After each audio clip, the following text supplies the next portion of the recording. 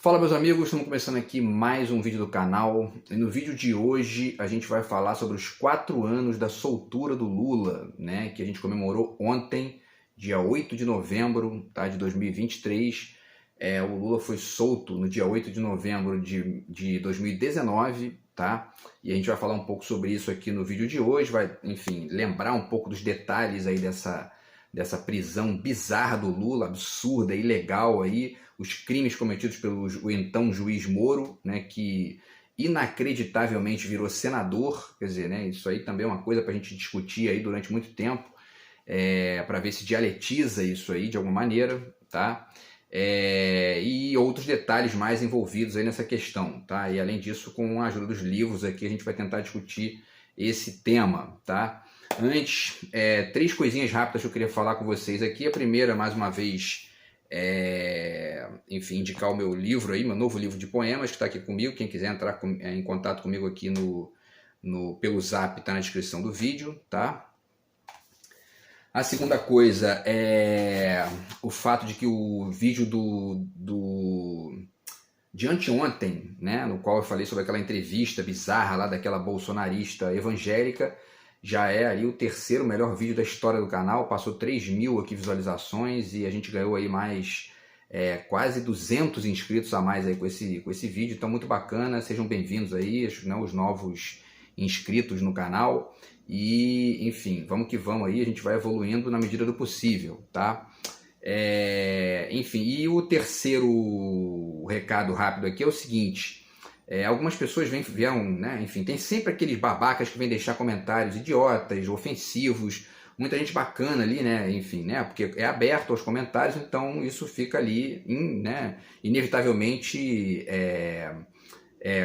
enfim, disponível para essas pessoas medíocres que gostam de ficar perturbando os outros. E um deles veio falar ali ontem, deixou um comentário dizendo que o meu vídeo estaria desconsiderando, né, a participação democrática daquela mulher na entrevista, porque eu estou julgando ela aqui uma alienada, né? Longe disso. Eu não estou censurando ela, não estou impedindo ela de fazer nada, não estou coagindo ela, não estou chantageando ela, não estou cometendo crime contra ela. Então, assim, né, eu não estou em nenhum momento impedindo ela de expor ali o seu pensamento democraticamente. Agora, né, eu também tenho o direito de expor o meu e com detalhe, né, é um assunto que eu estudo profundamente há mais de 20, 25 anos, então, né, a gente entende muitas vezes melhor do que gente que não está entendendo, não está muito ligada no processo. E essa palavra alienação eu usei em relação à postura dela, porque nitidamente né, o posicionamento dela pró-Bolsonaro naquela época, e enfim, né, a partir de uma série de argumentos ali muito mal formulados, estavam dando enfim, apoio, né, a uma figura que nitidamente tinha um projeto contrário a essa parcela da população, o que ficou evidente, né, com o governo Bolsonaro, ficou evidente com tudo que o Bolsonaro fez. A própria escolha que o Bolsonaro fez em 2018 do Paulo Guedes como ministro da Economia já mostrava ali que o projeto dele não era pró-povo, não era pró-classe média, classe C, classe D, muito pelo contrário, né? E não deu outra, a vida do povo encareceu, né? E, enfim, o que só mostra que de fato era uma posição alienada dela naquela época, tá? E, enfim, agora, o sujeito também tem o direito ali de discordar de mim, contanto que ninguém censure ninguém ataque a vida privada de ninguém, tá valendo, tá ótimo, né? Ninguém precisa concordar comigo sempre, né? Tem que haver um respeito ao espaço alheio e vice-versa, coisa que muitas vezes não acontece. Esse é o grande problema, não é a discordância, né? Discordância faz parte, tá? Então, pessoal, muito bem, dito isso, vamos passar para o tema de hoje, tá? Que são os 4 anos aí da soltura do Lula, né? O Lula ontem comemorou e a gente, né, todo mundo aqui que gosta do projeto da esquerda, que se interessa ali por essa, e mais, né? Todos nós que defendemos uma justiça que seja, né, a mais inteligente possível, a mais complexa, ponderada possível, comemoramos aí a soltura do Lula, porque realmente foi um processo absurdo. Quem acompanhou na época uma quantidade gigantesca de arbitrariedade, crimes cometidos por várias instâncias da justiça, né? Gente julgando parte do processo ali que tinha que ler 1000 páginas em 15 segundos, enfim, né, uma lambança que eu vou comentar também um pouco com vocês aqui hoje, tá, nesse vídeo, certo? Então, pessoal, vamos fazer um resuminho aqui das datas, né? O Lula foi solto no dia 8 de novembro de 2019, como eu falei, depois de ter ficado preso injustamente por 580 dias, né? Isso é uma coisa que o juiz Moro, né, o tal juiz Moro, não tem condição de reparar isso, né? Isso não se recupera, né? Ele não tem como voltar no tempo e recuperar esses 580 dias, tá? E aí né, o total foi de 1 ano, 7 meses e 1 dia, tá, de prisão do Lula. E porque ele foi preso no dia 7 de abril de 2018, tá? O Lula foi condenado a 9 anos e 6 meses de prisão pelo então juiz Sérgio Moro no dia 12 de julho de 2017, tá? Acusado de corrupção passiva e lavagem de dinheiro numa ação penal envolvendo o tal triplex do Guarujá. Eu li o processo, né? O processo está em PDF na internet. Assim, é um absurdo, um negócio assim inacreditável. O próprio Reinaldo Azevedo, que é um jornalista que já foi da revista Veja, já foi muito, né, teve várias posições reacionárias na sua carreira, mas ele hoje tem uma postura ali completamente diferente, e ele entrevistou o Lula e fez um desafio ali aos telespectadores, que na verdade é o mesmo desafio que eu venho fazendo a muita gente desde que eu li o processo, né? Cadê as provas? É só ler o processo, não tem prova nenhuma ali. É uma farsa completa do início ao fim, né? Enfim, arquitetada e expandida ali como farsa para acontecer a lambança que aconteceu e colocar a direita de volta no poder de maneira arbitrária, né? E aí, pessoal, então, né, ele foi condenado por corrupção passiva e lavagem de dinheiro nessa ação envolvendo o tal triplex do Guarujá. Na segunda instância, a pena foi aumentada para 12 anos e 1 mês, tá? E o mandato de prisão saiu no dia 5 de abril de 2019. E aí depois o STJ, Superior Tribunal de Justiça, manteve a condenação, mas reduziu a pena para 8 anos e 10 meses. Tá? O processo foi conectado de forma ilegal com a Operação Lava Jato de Curitiba, e o Lula cumpriu a pena lá, no prédio da Superintendência Regional da Polícia Federal do Paraná. Por que foi conectado de forma ilegal? Porque a jurisdição da questão do triplex do Guarujá seria São Paulo, ou Brasília ali, a partir de umas outras conexões, porque, enfim, tinha a ver também com a presidência e tal, então quer dizer, mas não Curitiba, né? Isso aí foi puxado para lá, também numa grande maracutaia para poder tirar o PT do poder, tirar todas as possibilidades da esquerda governar ali e colocar na mão da direita de novo, para que o projeto da direita, que é um projeto pró-elite econômica, pró-ricos, pró-acionistas, pró-mercado financeiro, pró-Estados Unidos, né, voltasse ao poder de maneira impopular, né, sem nenhum tipo de apoio, na verdade, né? E porque nem na eleição do Bolsonaro, o Bolsonaro não ganharia a eleição se o Lula não tivesse sido preso, tá? Eu vou mostrar isso aqui também e vou deixar o link para vocês. Então, assim, essa prisão ilegal impediu o Lula de disputar as eleições de 2018, né, que acabou sendo vencida pelo Haddad. Mas antes ainda, eu vou ler para vocês rapidinho um trecho aqui, antes de chegar nessa questão da eleição de 2018, vale falar das irregularidades do juiz Moro, né? Elas estão bem descritas aqui pela Consuelo Diegues, tá, nesse livro que eu estou lendo agora, tá, que é o Ovo da Serpente. E aí ela fala aqui nas páginas 33 e 34, né, ela começa a citar essa questão justamente dos crimes do juiz Moro. E ela fala do vazamento dos áudios, por exemplo, né, com a Dilma. E ela diz, né, um dos casos mais controversos ocorrido alguns anos depois foi a decisão do juiz Sérgio Moro de divulgar para a imprensa, em 16 de março de 2016, o áudio de uma conversa entre a então presidente da República e o ex-presidente Lula. Na conversa, Dilma avisa a ele que está mandando Bessias, entre aspas, né, levar um documento de posse para que Lula assine só em caso de necessidade. Na época, com o impeachment batendo na porta do Palácio e o ex-presidente investigado pela Lava Jato, Dilma decidira nomeá-lo para a Casa Civil para protegê-lo de uma possível prisão. O vazamento do áudio causou um grande alvoroço, uma multidão se concentrou na esplanada dos ministérios para protestar contra a nomeação de Lula, que acabou suspensa. E aí ela continua, tá falando das irregularidades do juiz Moro, né? A atitude do juiz feria muitos códigos de direito, do direito, né? Aquela mensagem da presidente foi interceptada sem autorização do Supremo e a gravação em tese de Lula tinha sido feita pela Polícia Federal fora do horário autorizado pela Justiça. Portanto, de acordo com a lei, além de irregular, não poderia ser usada como prova. Moro, no entanto, alegou que pela gravidade do assunto, entre aspas, precisou divulgar o áudio. O advogado de Lula considerou o vazamento uma arbitrariedade com risco de provocar convulsão social, que era esse o objetivo mesmo, né? À época, nem o STF, nem o Conselho Nacional de Justiça aplicaram qualquer punição a Moro, que por esse ato poderia até ser considerado impedido de continuar na Lava Jato. Somente em 2021, 5 anos e várias instâncias depois de Lula ter sido considerado culpado pelos desvios da Petrobras, inclusive pelo próprio STF, o Supremo decidiria que o processo contra o ex-presidente continha irregularidades, não no conteúdo, mas na forma, né? Ela está dizendo isso, né? Quer dizer, o Supremo não julgou a qualidade das provas do juiz Moro, julgou a jurisdição e outros detalhes que eu vou descrever aqui também. Mas, se você vai ali no conteúdo, você vê também que é pior ainda. O conteúdo é pior do que a forma, né? E não podia ter sido conduzido pela Procuradoria Federal do Paraná ou pelo juiz Sérgio Moro. O caso voltou a estaca zero, ficando ao encargo da Justiça do Distrito Federal, tá? Então, enfim, tá aqui o livro da Consuelo Diegues, tá, que ela faz essa reflexão também sobre os absurdos da Lava Jato, né? Tá aqui, eu estou lendo esse livro agora e tem muita coisa legal aqui e provavelmente vou falar mais sobre isso em outros vídeos aqui do canal também, tá? Então, voltando, a prisão ilegal impediu o Lula de disputar as eleições de 2018, que acabou sendo vencida pelo Bolsonaro contra o Haddad, né? Então, assim, olha só isso aqui, né? A eleição foi em outubro de 2018. Em agosto, 2 meses e pouco antes da eleição,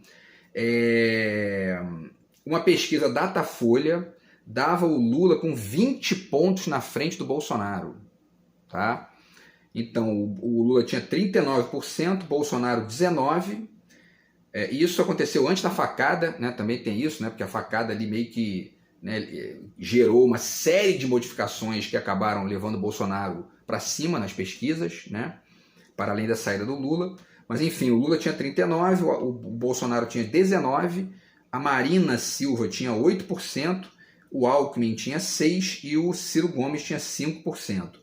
Sem o Lula, o Bolsonaro passava para frente, ficava com 22%, a Marina Silva em segundo com 16%, o Ciro com 10%, o Alckmin com 9% e o Haddad só com 4%.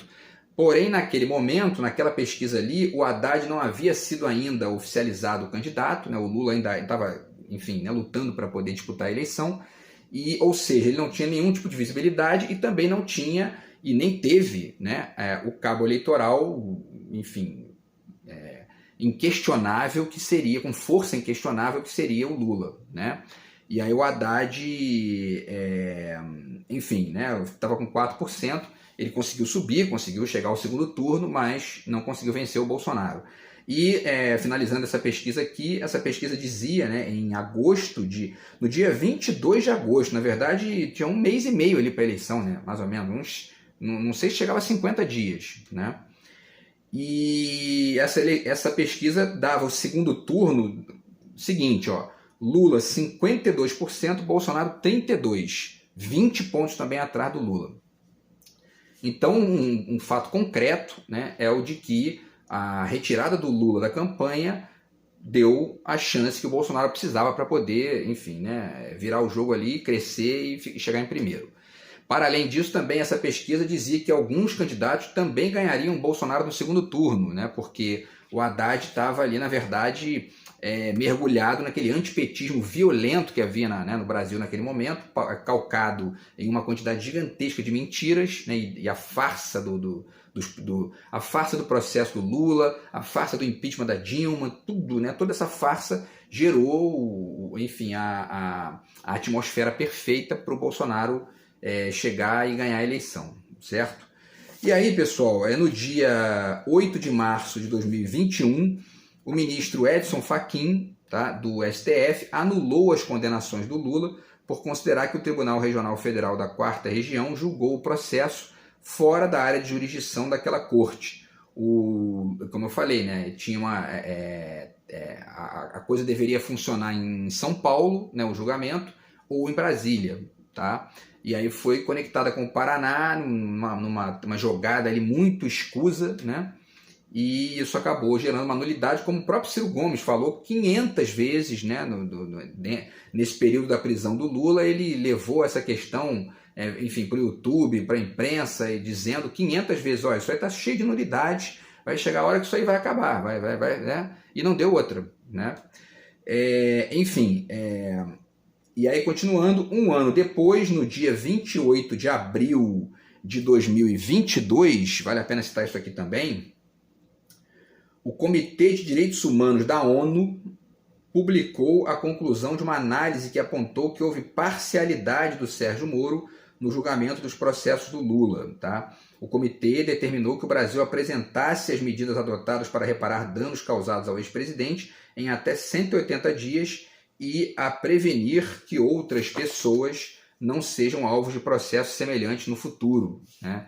Quer dizer, a justiça brasileira virou ré, né, na perspectiva do Conselho de Direitos Humanos da ONU, que viu ali uma série de irregularidades, de crimes, né, e o hacker da Vaza Jato, a gente fez aqui também um vídeo sobre isso, acusou o juiz Moro na cara dele, falou, você, né, enfim, cometeu ali uma quantidade gigantesca de crimes, né, ele usou uma expressão que agora não lembro, ele disse que o juiz Moro, você é um criminoso quanto mais, né? Enfim, então, e quando você analisa a questão toda, é isso aí mesmo, né? Cometeu dezenas de crimes, né? E está solto até hoje aí, né? Enfim. Bom, e aí, pessoal, é o seguinte, para a gente, só para efeito de curiosidade aqui, o Brasil teve, antes do Lula, 6 presidentes que já tinham sido presos, né? Só que todos eles, só que não, né? Todos esses presidentes tinham sido presos por perseguição política, né? O Lula foi o único que essa perseguição política ficou disfarçada de crime, né? Ele cometeu um crime aqui de corrupção passiva e lavagem de dinheiro, sem prova nenhuma e tal, mas né, quando você analisa, quando você reflete, quando você pensa o processo de maneira mais ampla, você entende nitidamente ali que, no fundo, foi isso, perseguição política, né? Então, os 6 foram, né, o Hermes da Fonseca, o Washington Luiz, Arthur Bernardes, Café Filho, Jânio Quadros e o Juscelino Kubitschek. Tá? Todos eles foram presos por perseguição política, né, antes do Lula. E o Lula disse que durante o período de 580 dias em que ele ficou preso lá em Curitiba, ele leu mais de 40 livros, né? Isso aí dá mais ou menos umas 20 reencarnações do Bolsonaro, né? Se a gente pensar aí, né? Tá? Então, quer dizer, e depois eu vou tentar fazer uma lista aqui dos livros que o Lula leu, para a gente poder analisar aqui também, refletir, tá? Vou ficar devendo para vocês isso aqui. E aí, pessoal, para finalizar, tá? A partir do dia 9 de junho de 2019... Isso aqui também é muito importante porque isso construiu todo o cenário que permitiu a soltura do Lula, que a gente está comemorando, né, agora, 4 anos. A partir do dia 9 de junho de 2019, o jornal The Intercept publicou uma série de reportagens com várias mensagens de Telegram, com conversas entre o tal juiz Moro, né, o então juiz Moro, o promotor Deltan Dallagnol, que já foi cassado também, né, e outros integrantes da Lava Jato, nas quais fica evidente que o juiz Moro, né, deu informações privilegiadas para a acusação, inventou casos junto com o Ministério Público, orientou a promotoria, olha só isso, né, ele orientou uma das partes, né, é um negócio inacreditável, assim, inacreditável. Forneceu provas informais, deu conselhos estratégicos para uma das partes, quer dizer, e sugeriu até recursos ao Ministério Público Federal, quer dizer, foi uma armação, foi uma farsa gigantesca, bizarra, né? E, enfim, que acontece por conta da direita brasileira, que é isso aí, né? E aí, pessoal, no dia seguinte à anulação dos processos pelo Fachin, né? A segunda turma do STF decidiu manter o julgamento da suspeição do ex-juiz Moro na Lava Jato, tá? Além da questão da jurisdição, né, que a gente já falou aqui, que essa coisa de que não deveria ter ido para Curitiba, mas sim para São Paulo e Brasília, além dessa questão, os ministros levaram em conta também a condução coercitiva ilegal do Lula feita em 2016, O Lula não foi intimado antes, você tem que intimar a pessoa primeiro, a pessoa não vai na intimação, você aí conduz coercitivamente, dependendo até da situação ali. Porque tem muitos casos que você pode até fazer mais de uma intimação, né? Mas enfim, não deu nenhuma intimação e levou ele à força para lá, quer dizer, é um negócio assim inacreditável, né, o que aconteceu. E isso também teve grande divulgação midiática, o que também é um negócio problemático, que não deveria ser feito, né, porque eu, inclusive, sou partidário de que questões jurídicas, judiciais, não sejam divulgadas pela imprensa. Porque isso gera uma série de problemas, gera uma série de... As pessoas tendem, né, a avaliar essas questões de maneira apressada. Ninguém lê o processo, né? Ou ninguém, né? Enfim, 90% não lê o processo e muitas vezes acaba em linchamento público, uma questão que a maioria não entende ali de maneira mais profunda, né? Então eu acho que questões jurídicas, judiciais, processos, isso não deveria ser proibido isso divulgar na imprensa, porque senão, né, você acaba ali destruindo a vida de alguém, né?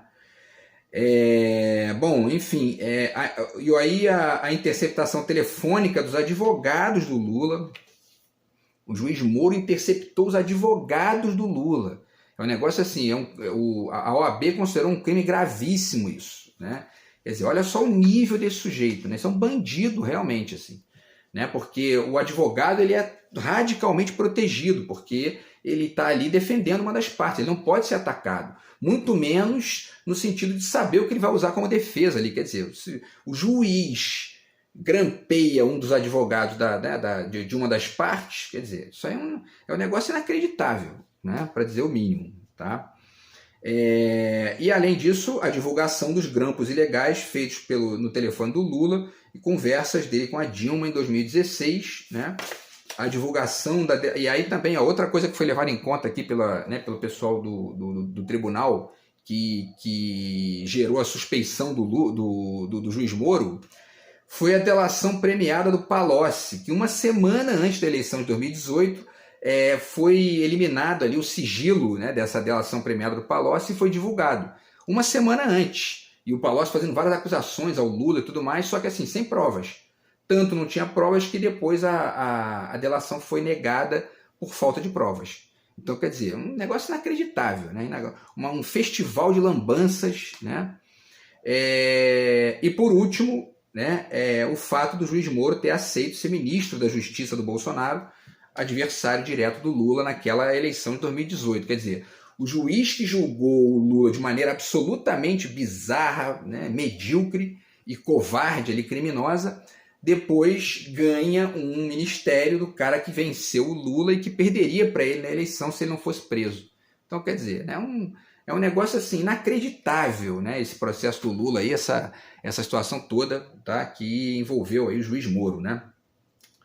Bom, o juiz Moro foi considerado suspeito no dia 23 de março de 2021 pela segunda turma do STF e 3 meses depois, em junho de 2021, o plenário do STF manteve a suspeição por 7 votos a 4.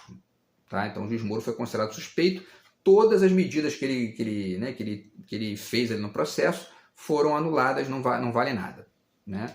Na verdade não vale nada desde o início, né? Porque está tudo uma farsa, mas enfim, passou a ter uma oficialidade isso, né? E que bom, né? Os processos então foram arquivados no dia 28 de janeiro de 2022 por ordem da juíza Poliana Alves de Brasília. E é importante dizer isso aqui porque tem muita gente que até hoje fica dizendo aí, não, porque o processo do Lula não foi, ele não foi inocentado, não. Ele só foi descondenado, tá? Porque, né, continua. E essas pessoas que falam isso não leram o processo. Nenhum deles leu o processo. Se leu o processo a Vera, vai ver ali que não tem nada, não tem absolutamente nada, né? Então, enfim, mas o processo, além de não ter nada, ele foi arquivado também, né? No dia 28 de janeiro de 2022, tá? Enfim, e aí, pessoal, para finalizar o vídeo de hoje, né, eu acho bacana deixar mais uma vez como referência aqui algumas coisas que o G.S. Souza fala nesse livro aqui, A Herança do Golpe. Por exemplo, a questão que eu já fiz vídeo sobre isso aqui, antes mesmo de ler o livro do G.S. eu já tinha feito vídeo sobre isso, falando sobre o aspecto alienante da discussão da corrupção no Brasil, né? Alienante por quê? Porque não se toca em uma série de pontos realmente importantes dessa questão e mais, as pessoas ficam acreditando que existe possibilidade de acabar com a corrupção, como se, né, com essa corrupção específica, que é a única que existe no imaginário dessa galera que tem essa perspectiva muito superficial da coisa, né?